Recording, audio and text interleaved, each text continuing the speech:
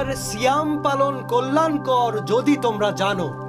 সাদাকাল্লাহুল আযীম। আর নিচে পড়া মাত্রই পাথরগুলো টুকরো টুকরো হয়ে ছড়িয়ে গিয়েছিল, আর পাহাড় থেকে গড়িয়ে পড়া পাথরের এক একটা টুকরো মক্কাবাসীর প্রত্যেক ঘরে ঘরে ঢুকে গেল। সত্যি খুবই অদ্ভুত স্বপ্ন। এটা গোপন রেখো, আর এ বিষয়ে তুমি কখনো কারো সাথে আলোচনা করো না। সতর্ক থাকা বুদ্ধিমানের কাজ, আর আপনি একজন বুদ্ধিমান ব্যক্তি।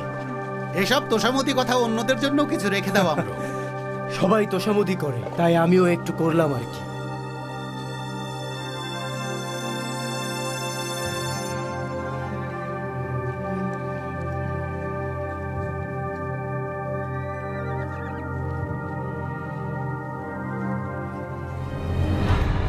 তাই আমাদের সামনে অগ্রসর হওয়া উচিত। রহমত বর্ষিত হোক, আপনি একজন ভালো নেতা। আল্লাহর রাসূল সাল্লাল্লাহু আলাইহি ওয়াসাল্লাম একদিন আমাদের যুদ্ধের স্থানটা দেখিয়ে বলেছিলেন, এই স্থানটা মৃত্যুর রক্তাক্ত প্রান্তর হবে, যেখানে আজ নয়তো কাল বদরের যুদ্ধ সংগঠিত হবে। আল্লাহু আকবার! আল্লাহু আকবার! আল্লাহু আকবার! এসব কি শুনছি আব্বাস? আব্দুল মুত্তালিবের বংশধর হয়ে কিভাবে এটা করলেন? বুঝতে পারলাম না আতিকা। আমার স্বপ্ন সম্পর্কে আবু জাহেলকে সব বলে দিয়েছেন। সে সবাইকে কি বলে বেড়াচ্ছে জানেন? আমাদের বাড়ির পুরুষরা নাকি এখন শুধু নবী হচ্ছে না, নারীরাও নাকি নবী হওয়ার প্রতিযোগিতায় নেমে গেছে। কতটা জঘন্য! শোনো আতিকা, আমি বলে দেইনি আব্দুল মুত্তালিবের বংশের হয়ে আমি কিভাবে নিজ পরিবারের ক্ষতি ডেকে আনবো। আমি উতবাকে বলেছিলাম, কারণ তিনি স্বপ্নের ব্যাখ্যা করতে পারেন বলেছিলেন। তিনিই হয়তো এই স্বপ্নের কথা ওই অবিশ্বাসী আবু জাহেলের কাছে বলে দিয়েছেন। তোমার কি পরামর্শ ইবনে আলাস? আমার মনে হচ্ছে মোহাম্মদ আমাদের পথ খুঁজে পেয়ে যাবে। মক্কায় একজন অশ্বারোহী পাঠান, যে জানাবে মোহাম্মদ আর তার সঙ্গীরা কাফেলাকে তাড়া করছে। তখন আমাদের রক্ষা করতে ছুটে আসবে, আর ধরা পড়লেও আমাদের ছাড়িয়ে নিয়ে যাবে। এই যে দামদাম ইবনে আরমা আল গিফারি, এদিকে এসো।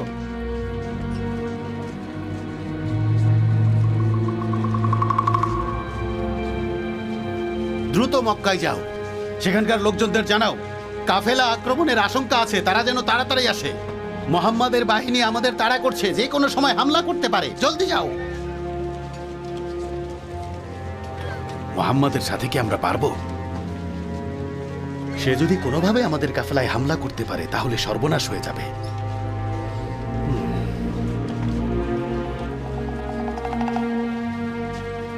আমি হাসিম গোত্রের নারীদের সম্মান ফিরিয়ে দেব। আবুল হাকাম, আবুল হাকাম, কি আশ্চর্য! আল্লাহ লানত তোমার প্রতি যে তুমি আমার থেকে পালিয়ে যাচ্ছ।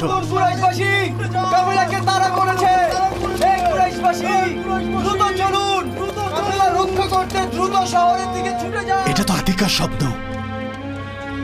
সবাই সতর্ক থাকুন, সমুদ্রের তীর ধরে এগিয়ে চলুন। মোহাম্মদ যেন কোনোভাবেই কাফেলায় হামলা করতে না পারে, তাই আমরা এখন গোপন পথে যাব। চলুন।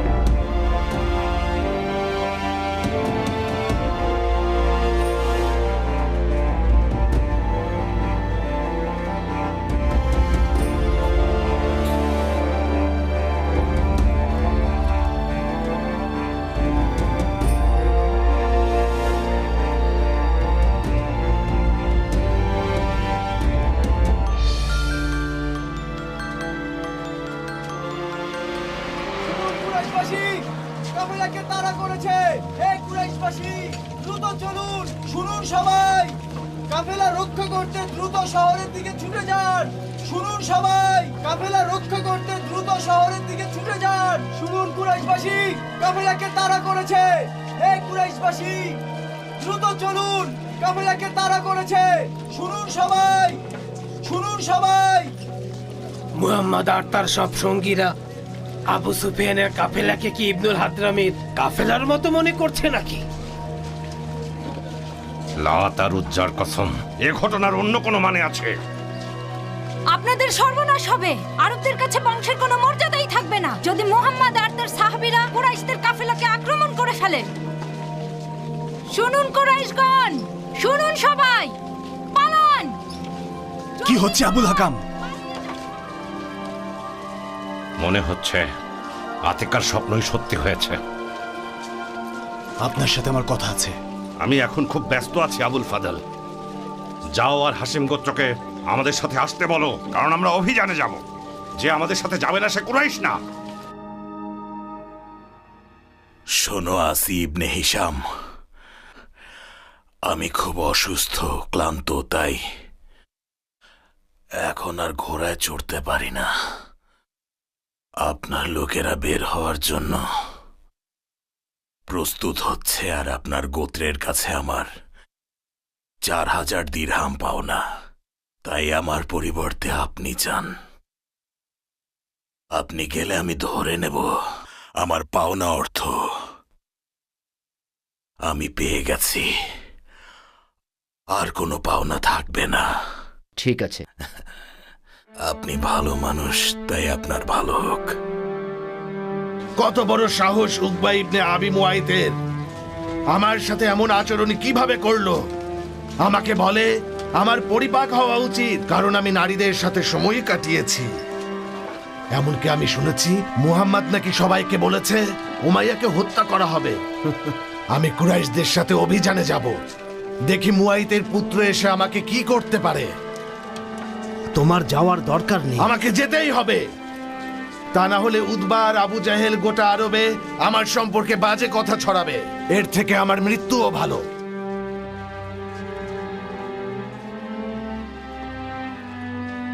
বদরে পৌঁছানোর আগে আল্লাহর রাসূল সাল্লাল্লাহু আলাইহি ওয়াসাল্লাম সর্বপ্রথম যে কাজটি করেছিলেন সেটি হল আলী ইবনে আবু তালিব রাহমাতুল্লাহ আলাইহির নেতৃত্বে অভিযানকারী বাহিনী পাঠান।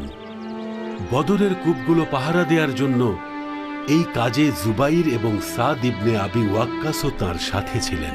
তারা এক মুশরিক দলকে আবু জাহেলের জন্য পানি নিতে দেখা মাত্র আক্রমণ করে বসেন। মুহাম্মদের সাহাবীরা হাজ্জার গোত্রের একজন দাসকে হাতে নাতে ধরে আল্লাহর রাসূলের নিকট নিয়ে আসেন, কারণ তারা একেবারেই বুঝতে পারছিলেন না শত্রুদের সাথে কেমন আচরণ করা উচিত।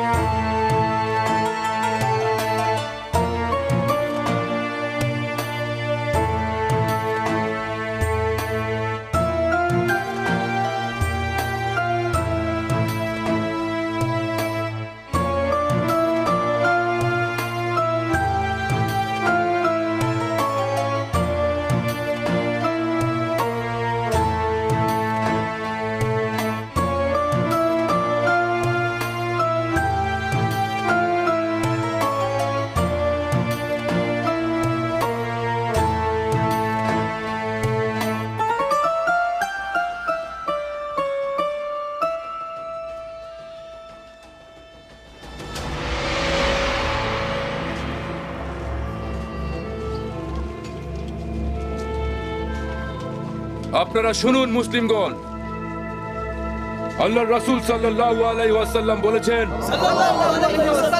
যে কোনো পরিস্থিতি সাহসিকতার সাথে মোকাবেলার জন্য প্রস্তুত থাকতে হবে। এই দিনটি যেন কুরাইশের মুশরিকরা কখনো ভুলতে না পারে।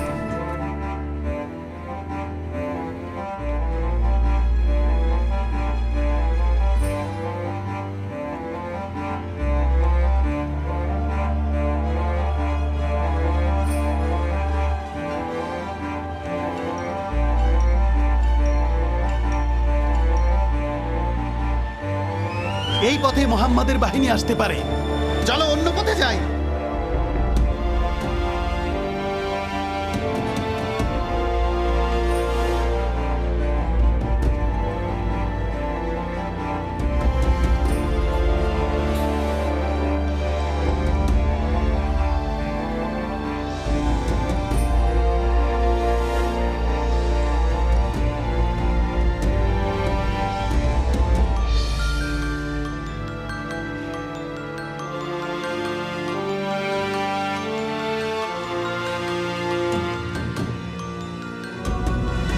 কুরাইশবাসী, শুনুন কুরাইশবাসী, আবু সুফিয়ানের কাফেলা পালিয়ে যেতে সক্ষম হয়েছে।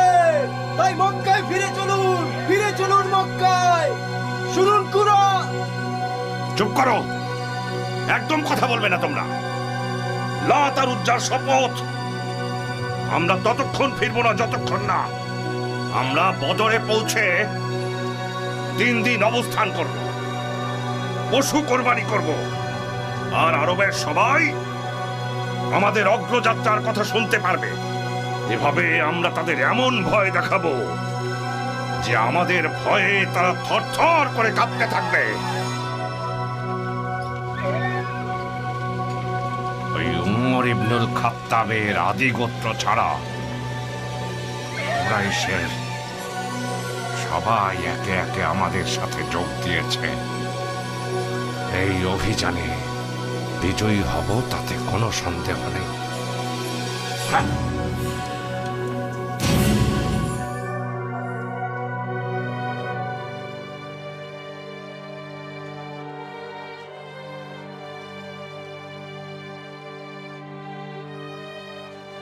আমার মুসলিম ভাইয়েরা, আল্লাহর রাসূল সাল্লাল্লাহু আলাইহি ওয়াসাল্লাম জানতে পেরেছে যে কুরাইশরা প্রতিদিন 9 থেকে 10টি উট জবাই করছে।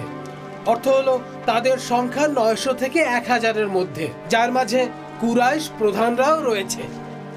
হে আল্লাহর রাসূল, একটা প্রশ্ন ছিল। মহান আল্লাহ কি আপনাকে এই জায়গাটা যুদ্ধের জন্য বেছে নিতে নির্দেশ দিয়েছেন, নাকি আপনি সবার সাথে পরামর্শ করে সিদ্ধান্ত নিয়েছেন এই স্থানটাই যুদ্ধের জন্য অন্য জায়গার থেকে সবচেয়ে উপযুক্ত স্থান? আল্লাহর রাসূল সাল্লাল্লাহু আলাইহি ওয়াসাল্লাম বলেছেন যে এটা যুদ্ধের কৌশল ও পরামর্শের ফল। হে আল্লাহর রাসূল, আমরা শত্রুপক্ষের বাহিনীর সাথে লড়াই করার জন্য এখনো শক্তিশালী বাহিনী গড়ে তুলতে সক্ষম হইনি। আদেশ দিলে আমরা কাছাকাছি সব খাবার পানির উৎসগুলো ধ্বংস করার জন্য আশেপাশে সব কূপগুলোর কাছে ঘাঁটি গড়ে তুলতে পারি, আর আমাদের নিজেদের জন্য একটা কূপ খুঁজে পর্যাপ্ত পানির ব্যবস্থা রাখতে পারি, যেন যুদ্ধের আগে শত্রুপক্ষ 1 ফোঁটা পানিও কোনোভাবেই পান না করতে পারে। আল্লাহর রাসূল সাল্লাল্লাহু আলাইহি সাল্লাম বলেছেন, তোমার পরামর্শটি ভালো। তার পরামর্শ অনুযায়ী সবাই কাজে লেগে পড়ুন।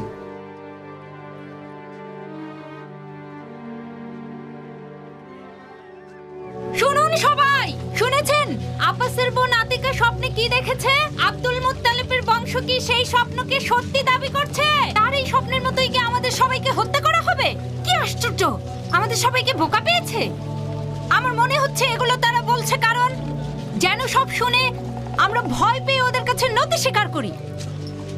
আব্বা, আব্বা, কি হয়েছে কিরিমা? বসো বসো। যাহারা গোত্র মক্কায় ফিরে এসেছে তাদের কেউই সেনাবাহিনীর কাছে থাকেনি। ওরা সেনাবাহিনীর কাছে থাকেনি? দুটো দল মুহাম্মাদের বিরুদ্ধে যুদ্ধে যোগ দেবে না। তারা হচ্ছে ওমর ইবনুল খাত্তাবের আদি গোত্র আর জাহরা গোত্রের লোক। ওই আখনাস ইবনে সুরাইফ আব্দুর রহমান ইবনে আউফের গোত্রের ফিরে যেতে রাজি হয়, কারণ সে চায় না আমি সেনাবাহিনীর প্রধান হই। যে সেনাবাহিনী মুহাম্মাদের বিরুদ্ধে অভিযান চালাবে পরে সে আফসোস করবে, অনেক আফসোস। আজ পান করে নে, কাল দেখা যাবে কি হবে। আগামীকাল আপনি মদিনায় মুহাম্মদ আর তার সাথীদের মৃত্যু দেখতে পারবেন। তাহলে আমাদের নিশ্চিত পরাজয় জেনেও কেনই যুদ্ধ করব যেখানে আমাদের বিপক্ষে শক্তিশালী যোদ্ধা হামজা, উমর, আবু দুজানা, সাদ ইবনে মুয়াজ, আলী সহ আরো অনেকে আছে যারা অকুতভয় যোদ্ধা। আমরা যদি ওই মুহাম্মাদের দাবি মতো আল্লাহর সাথে লড়াই করি তবে কোনো প্রাণী আমাদের সাহায্য করতে পারবে না। এই কথা শোনার পর আমি আর তাদের সাহায্য নিতে যাইনি।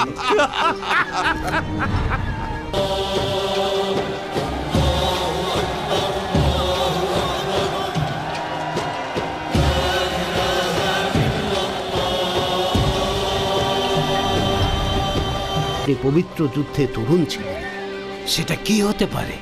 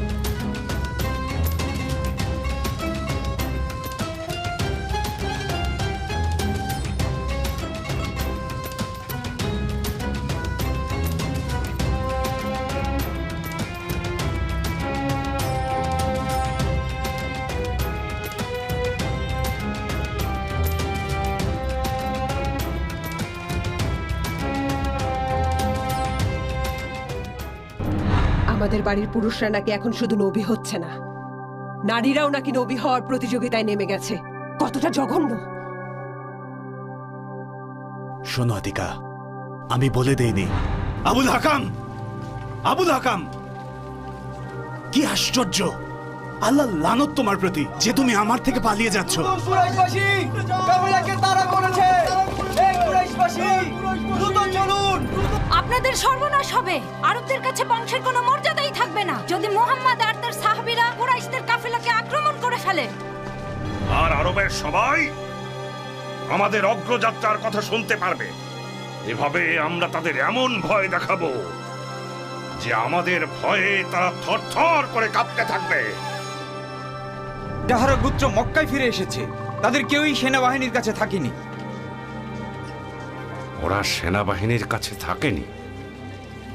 দুটো দল মুহাম্মাদের বিরুদ্ধে যুদ্ধে যোগ দেবে না। তারা হচ্ছে ওমর ইবনুল খাত্তাবের আদি গোত্র আর জাহরা গোত্রের লোক। ওই আখনাস ইবনে সুরাইফ আব্দুর রহমান ইবনে আউফের গোত্রের ফিরে যেতে রাজি হয়, কারণ সে চায় না আমি সেনাবাহিনীর প্রধান হই। যে সেনাবাহিনী মুহাম্মাদের বিরুদ্ধে অভিযান চালাবে পরে সে আফসোস করবে, অনেক আফসোস।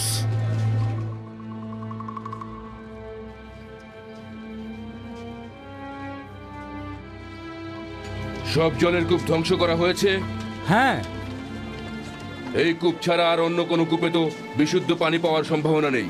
হ্যাঁ আবু আমারা, আমরা নিজেদের জন্য এবং আমাদের উট আর ঘোড়াগুলোর জন্য পর্যাপ্ত পানির ব্যবস্থা রেখে সবগুলো কূপ ধ্বংস করে দিয়েছি। তাড়াতাড়ি করো আম্মার, তাড়াতাড়ি করো। এই যুদ্ধ গুরুত্বপূর্ণ যুদ্ধ। আল্লাহ আমাদের বিজয়ী করবে। আল্লাহু আকবার।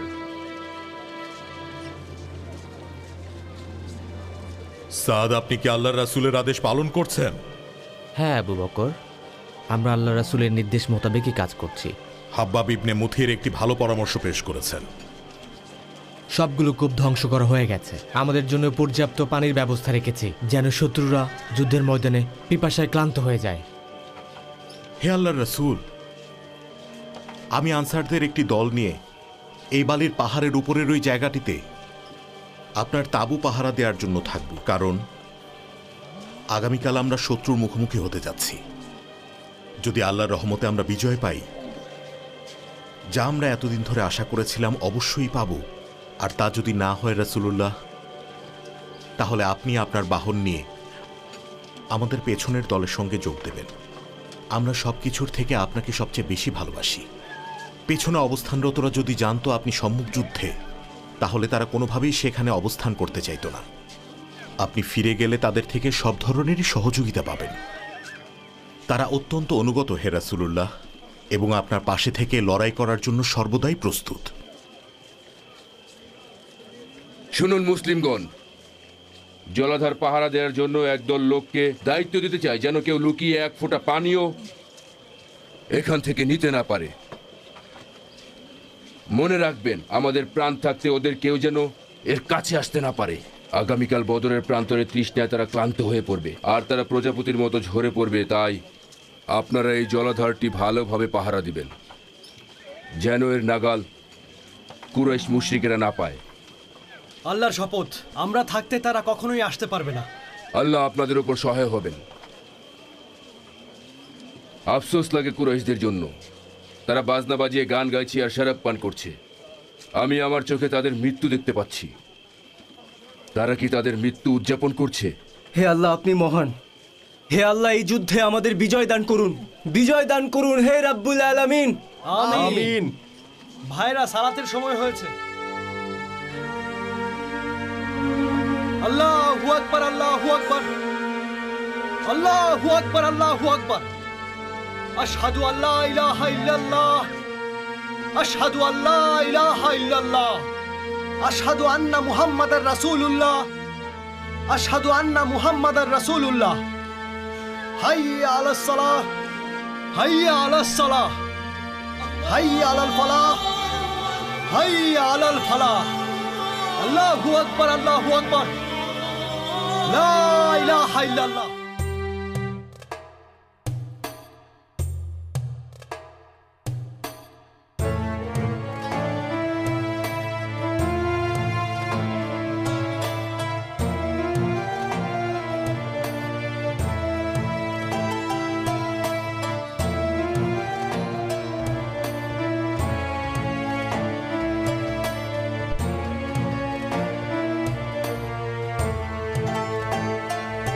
শরাব, ঝলসানো মাংস, নাচ আর গান।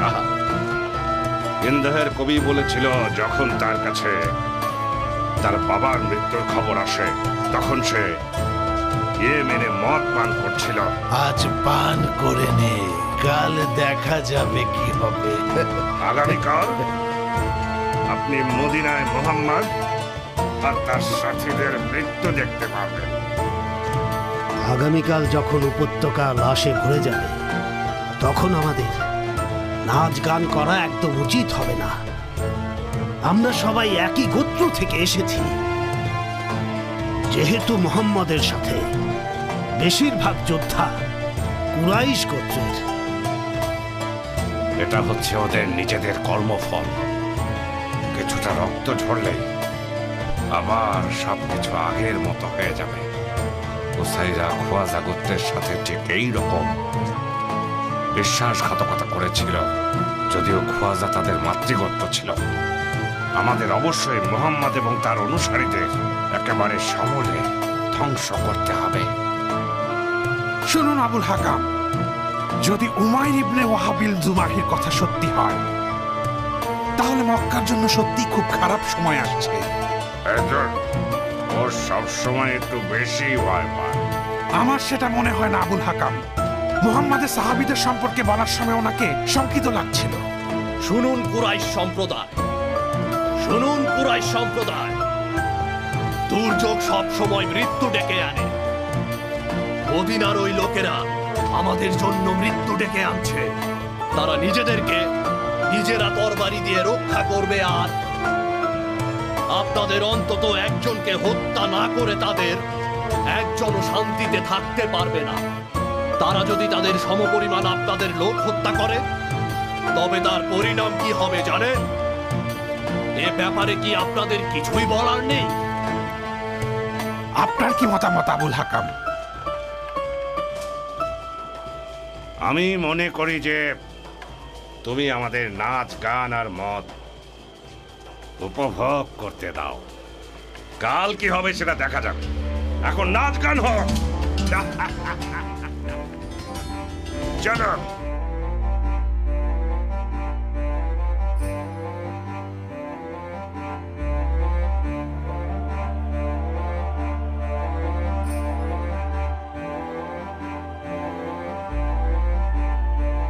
শুনুন আবুল বাহদুর, আমর ইবনে হিসাম কুরাইশদের নেতা হওয়ার স্বপ্নের তাড়নায় ও যুদ্ধ করতে চায়। গোত্রের বেশিরভাগ অশ্বারোহী এবং প্রধানরা তার নেতৃত্বে রয়েছে। ও মক্কার শাসক এবং কুরাইশদের প্রধান হতে চায়। আমাদের তাকে সেটা থেকে বাধা দেওয়া উচিত আবুল বাখতার। উতবা ইবনে রাবিয়ার সাথে কথা বলুন। আমর ইবনে হাদরামি ওনার ভালো বন্ধু ছিলেন। তিনি বন্ধুর মৃত্যুর বদলা নিতে না চাইলে উভয় পক্ষেই কোনো ধরনের কোনো রক্তপাত হবে না। আটককৃত কাফেলা আক্রমণকারীরা মুক্ত করে দিয়েছে। তাহলে আমাদের নিশ্চিত পরাজয় জেনেও কেনই যুদ্ধ করব যেখানে আমাদের বিপক্ষে শক্তিশালী যোদ্ধা হামজা উমর, আবু দুজানা, সাদ ইবনে মুয়াজ, আলী সহ আরো অনেকে আছে যারা অকুতভয় যোদ্ধা। যান উতবার সাথে জলদি কথা বলুন। যান হাকিম। আমি কথা বলবো কারণ উতবা হচ্ছেন আব্দে শামস গোত্রের প্রধান, আর আবুল হাকাম নিশ্চয়ই আব্দ মানাফের গোত্রের কর্তৃত্বকে অস্বীকার করতে পারবে।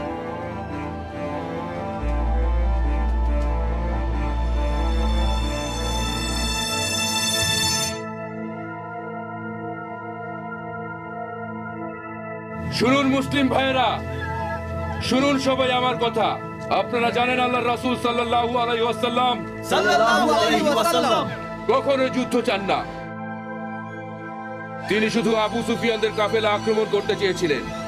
মুহাজিরিনদের সম্পদ পুনরুদ্ধার করার জন্য যেগুলো মক্কার মুশরিকেরা আমাদের ভাইদের কাছ থেকে কেড়ে নিয়েছিল, আর তারাই তরবারি উঠিয়েছে, যুদ্ধ চাইছে আবু জাহেল, আমর ইবনে হিশামের নেতৃত্বে। আমরা আল্লাহর রাসূলের নেতৃত্বে যুদ্ধ করব। আমরা মৃত্যুকেও ভয় করি না। তীরন্দাজদের আড়াল করে আপনারা সারিবদ্ধভাবে দাঁড়িয়ে পড়ুন। এমন ভাবে দাঁড়ান যেন পিছনে সূর্য আর সম্মুখে আপনার দৃষ্টি থাকে। আল্লাহর শত্রুদের দিকে একটুও ভয় পাবেন না।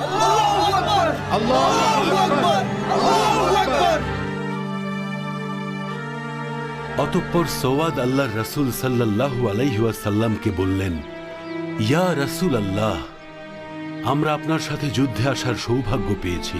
আমার শেষ ইচ্ছা একবারের জন্য আমি আপনার হাত স্পর্শ করে দেখতে চাই, যদি আপনি সুযোগ দেন। হযরত আবু বকর সিদ্দিক সওয়াদকে নিয়ে রাসূলের ঘরে প্রবেশ করেছিলেন, যেখানে সাদ ইবনে মুয়াজ কিছু আনসার সৈন্যদের নিয়ে দরজার বাইরে নিশ্ছিদ্র পাহারায় ছিলেন। রাসূল সাল্লাল্লাহু আলাইহি ওয়াসাল্লাম তখন মহান আল্লাহ পাকের কাছে যুদ্ধ জয়ের জন্য দোয়া করছিলেন।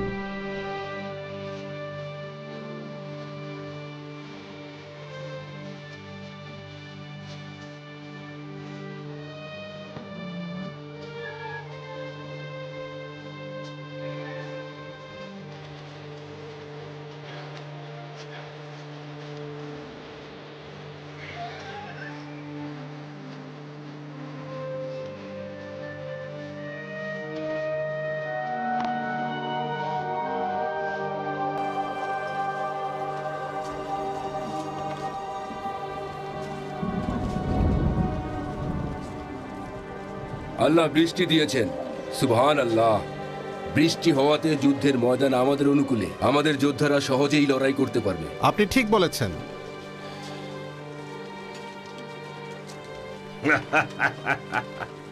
তাদের সৈন্য সংখ্যা মাত্র 300, আর আমাদের প্রায় 1000 খানেক তেজি যোদ্ধা আছে।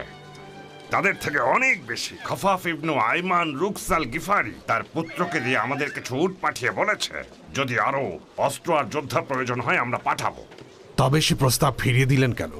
আমি তাকে বলেছিলাম যে মুহাম্মদ আর তার অনুসারীরা যদি আমাদের সাথে যুদ্ধ করে তাহলে আমরা তাদের পরাজিত করতে পারবো, কিন্তু আমরা যদি ওই মুহাম্মাদের দাবি মতো আল্লাহর সাথে লড়াই করি তবে কোনো প্রাণী আমাদের সাহায্য করতে পারবে না। এই কথা শোনার পর আমি আর তাদের সাহায্য নিতে চাইনি।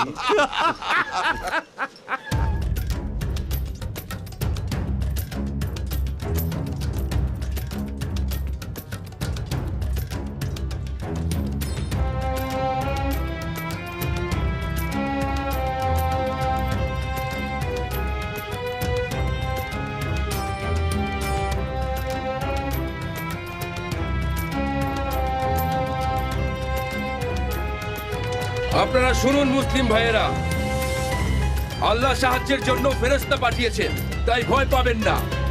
জয় আমাদের হবেই ইনশাআল্লাহ। আল্লাহু আকবার, আল্লাহু আকবার, আল্লাহু আকবার।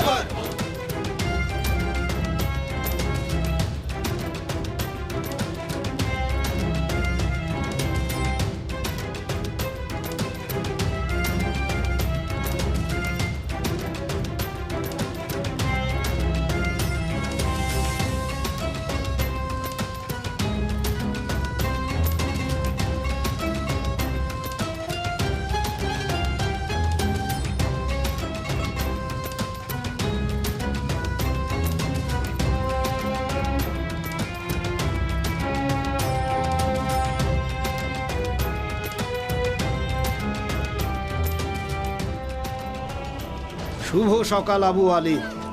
আপনাকেও শুভ সকাল হাকিম। মনে হচ্ছে কিছু বলতে চাইছেন। শুনুন আবু আলিদ, আমাদের বিরুদ্ধে যুদ্ধ চলছে আর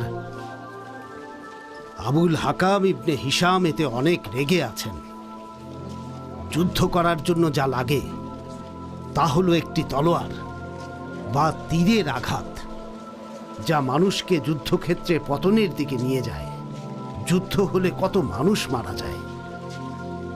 আপনি এমন কিছু করুন যাতে চিরকালের জন্য স্মৃতি হয়ে থাকবেন, ঠিক যেমনটি আপনি করেছিলেন যখন আপনি পবিত্র যুদ্ধে তরুণ ছিলেন। সেটা কি হতে পারে? আপনার বন্ধু আমর ইবনে হাদ্রামের হত্যার প্রতিশোধ না নিয়ে লোকজন সহ মক্কায় ফিরে যান। আমিও সেটাই চাই হাকিম। চলুন মক্কায় ফিরে যাই। আমার বন্ধু কাফেলায় যার সম্পদ হারিয়েছে তার ক্ষতিপূরণ আমি দিয়ে দেব। এখন আবুল হাকামের কাছে যেতে হবে। আমি ভয় পাচ্ছি যে কোনো সময় সে যুদ্ধ শুরু করে দিতে পারে। উতবা ইবনে রাবিয়া কুরাইশদের অন্যতম প্রধান, আমাদের মুসলিম ভাই আবু হুজাইফার পিতা। শুনুন মুসলিমগণ, আল্লাহ রাসূল সাল্লাল্লাহু আলাইহি ওয়াসাল্লাম বলেছেন আপনাদের জন্য সুসংবাদ রয়েছে।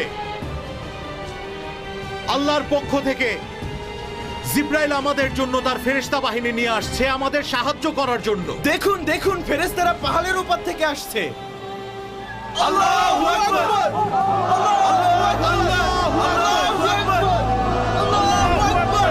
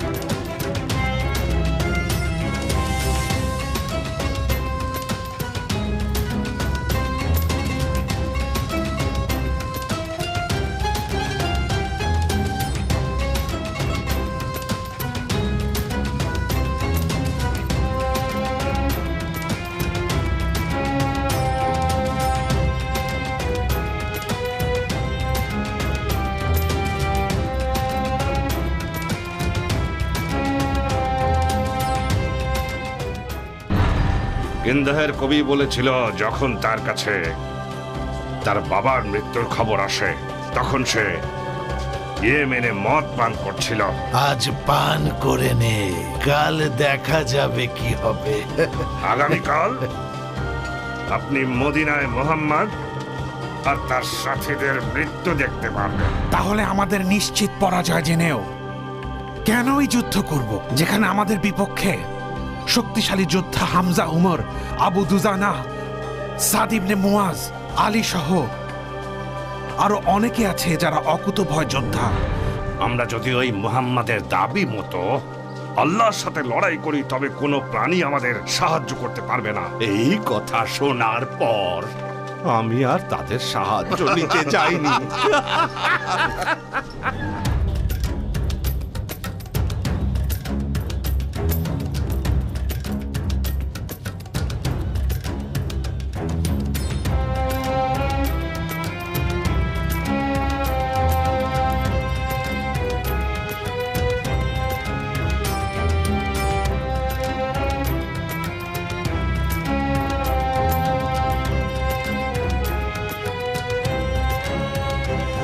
আপনি এমন কিছু করুন যাতে চিরকালের জন্য স্মৃতি হয়ে থাকবে, ঠিক যেমনটি আপনি করেছিলেন যখন আপনি পবিত্র যুদ্ধে তরুণ ছিলেন। সেটা কি হতে পারে? আপনার বন্ধু আমর ইবনে হাদ্রামের হত্যার প্রতিশোধ না নিয়ে লোকজন সহ মক্কায় ফিরে যান। আমিও সেটাই চাই হাকিম। চলুন মক্কায় ফিরে যাই। আমার বন্ধু কাফেলায় যার সম্পদ হারিয়েছে তার ক্ষতিপূরণ আমি দিয়ে দেব। এখন আবুল হাকামের কাছে যেতে হবে। আমি ভয় পাচ্ছি যে কোনো সময় সে যুদ্ধ শুরু করে দিতে পারে। চলুন চলুন।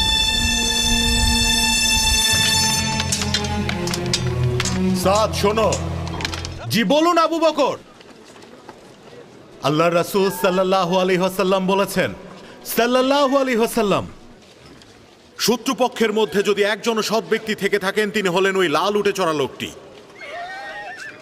লাল উটে চড়ে আসা ওই লোকটা কে আবু বকর?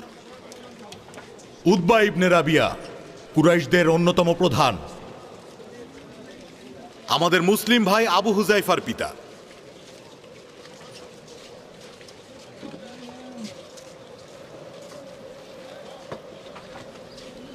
আমরা যদি মুহাম্মাদের দাবি অনুযায়ী আল্লাহর বিরুদ্ধে যুদ্ধ করি তাহলে আমরা কেউই টিকতে পারবো না। কি ভয়ঙ্কর ব্যাপার চিন্তা করেছো?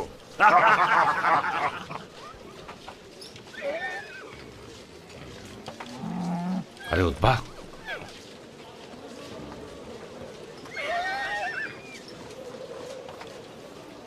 কি হয়েছে আবুল ওয়ালিদ?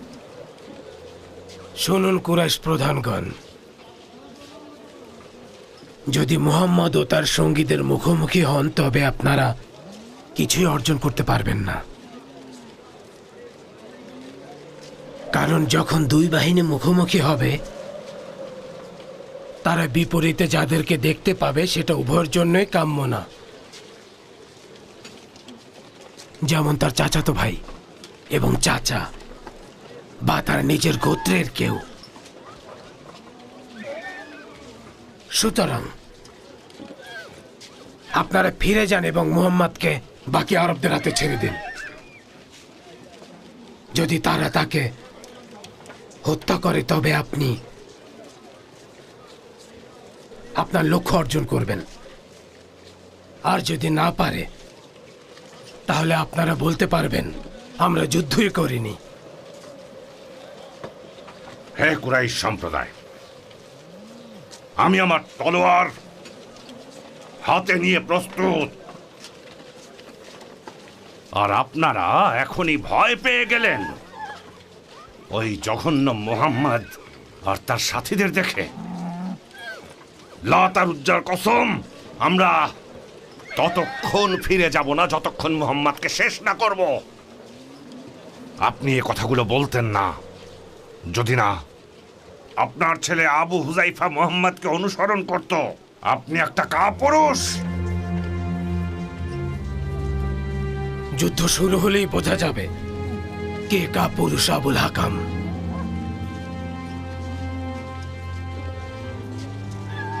এই আমির, এদিকে আসুন।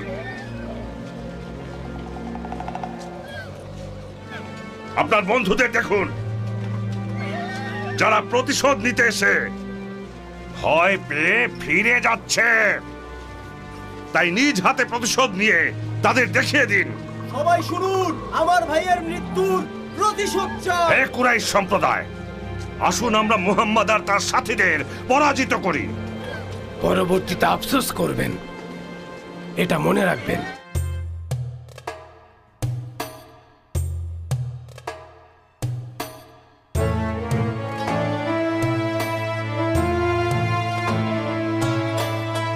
শুনুন মুসলিমগণ,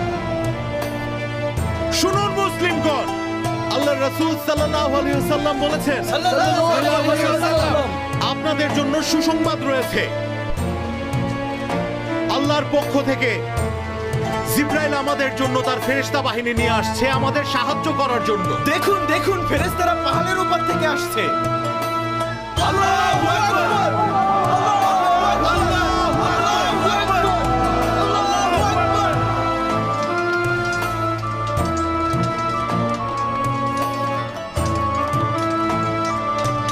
আপনারা শুনুন মুসলিম ভাইয়েরা, আল্লাহ রাসূল সাল্লাল্লাহু আলাইহি ওয়াসাল্লাম এই দোয়া করেছেন, সাল্লাল্লাহু আলাইহি ওয়াসাল্লাম, হে আল্লাহ, অহংকারী কুরাইশরা আপনাকে অস্বীকার করছে, আপনার প্রিয় রাসূলকে অপমান করছে। হে আল্লাহ, আমি আপনার বিজয়ের অপেক্ষা করছি, যার প্রতিশ্রুতি আপনি আমাকে দিয়েছিলেন। আল্লাহ বিজয় দান করবেন। হে আল্লাহ, আমাদের বিজয় করুন। আল্লাহ আমাদের বিজয় করুন। আপনারা শুনুন ভাইয়েরা, আমাদের দলের যোদ্ধাদের ভালো করে চিনে রাখুন। যে কোনো বিপদে আল্লাহ রাসূল সাল্লাল্লাহু আলাইহি ওয়াসাল্লাম আমাদের আদেশ দিয়েছেন আল্লাহকে এই মহিমান্বিত নামে ডাকতে। আহাদুন আহাদ, আমরা তো এখন পিপাসায় মরতে বসেছি। বদরের কূপে প্রচুর পানি আছে। এই যে আবুল হাকাম, মুহাম্মদ আর তার অনুসারীরা সব কূপ ধ্বংস করে দিয়েছে। ওরা আমাদের পানি থেকে বঞ্চিত করেছে, তাদের হত্যা করে আমরা পানি আনবো।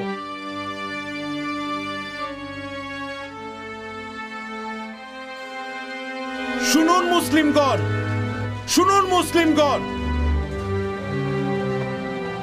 আল্লাহ রাসূল সাল্লাল্লাহু আলাইহি ওয়াসাল্লাম বলেছেন, সাল্লাল্লাহু আলাইহি ওয়াসাল্লাম, যে ব্যক্তি মহান আল্লাহ তাআলার সন্তুষ্টি লাভের আশায় যুদ্ধে যে মৃত্যুর মুখোমুখি হবে, আল্লাহ তাকে জান্নাত দান করবেন। শুনুন মুসলিমগণ, শুনুন মুসলিমগণ, আল্লাহ রাসূল সাল্লাল্লাহু আলাইহি ওয়াসাল্লাম বলেছেন,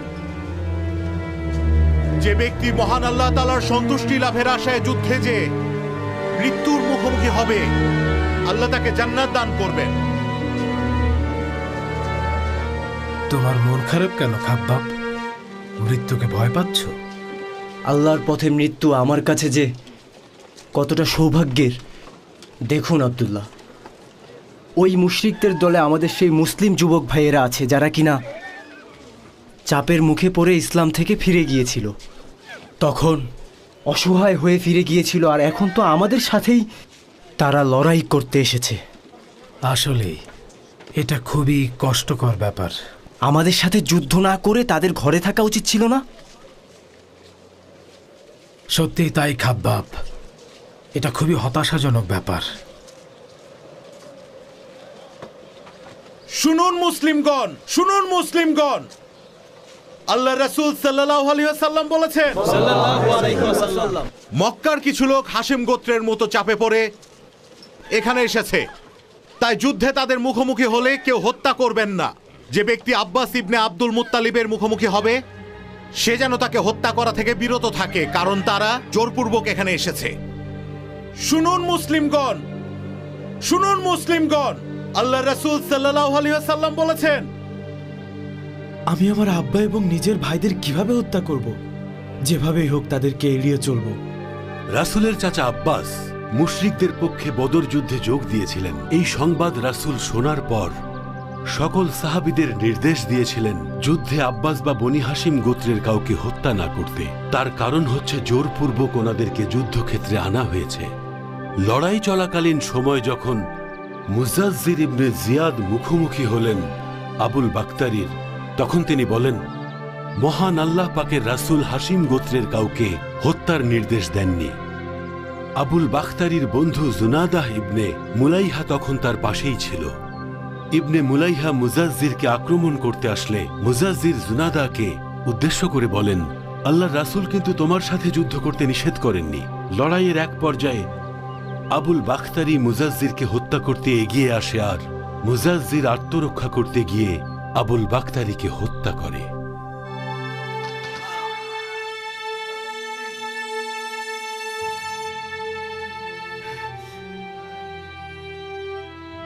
আল্লাহ রহম করুন। শুনুন মুসলিমগণ, বদর যুদ্ধের প্রথম শহীদ মির্জা ওমর ইবনে খাত্তাবের দাস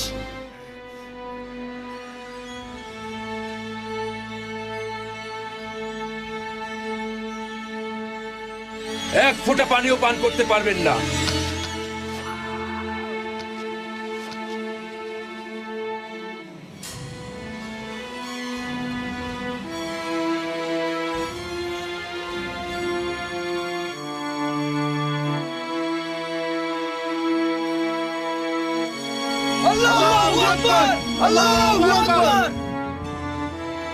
এখানে কোনো সম্মুখ যোদ্ধা আছে?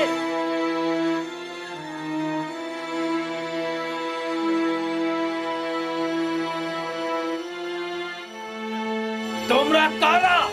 আমি আব্দুল্লাহ ইবনে রাওয়া, আরুনি আউফ, আর পাশে মুয়াউইদ ও আপনার পুত্র এবং একজন আনসার।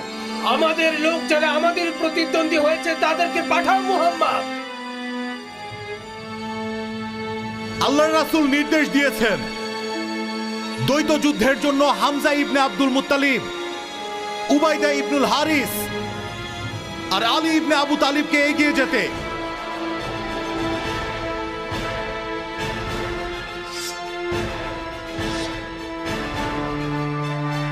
আমাদেরকে কি যোগ্য প্রতিদ্বন্দ্বী মনে হচ্ছে? ভাই সাইবা, পুত্র ওয়ালিদ,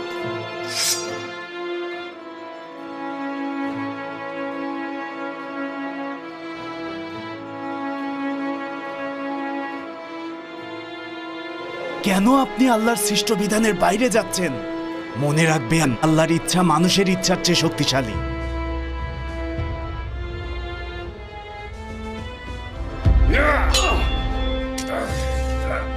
আপনার যুদ্ধে আসাটা একেবারেই উচিত হয়নি উতবা, যেখানে আপনি যুদ্ধে না আসার পরামর্শ দেন।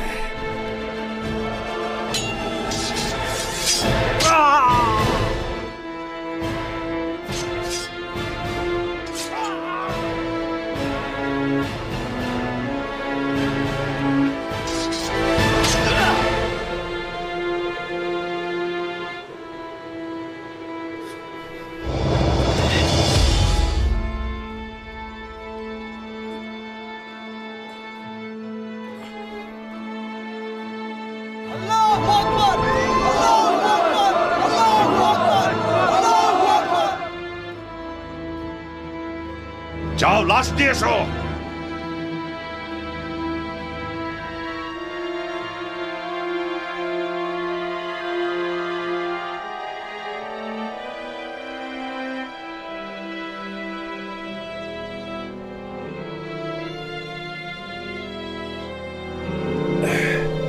তীর নিক্ষেপ করুন।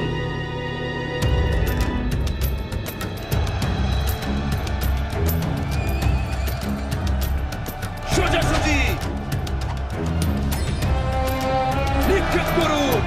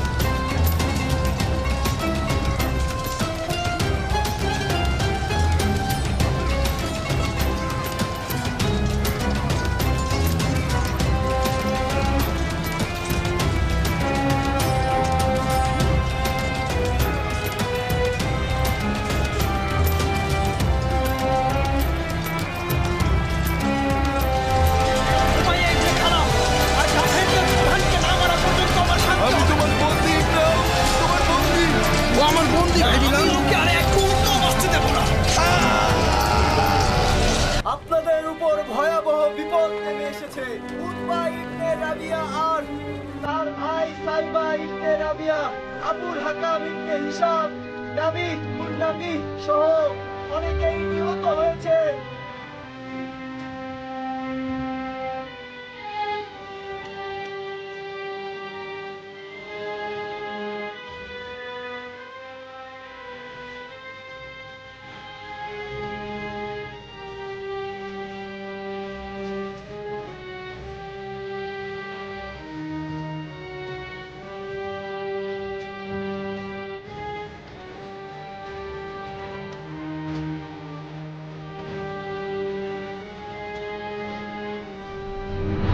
তিনি ক্ষমাশীল ও দয়ালু।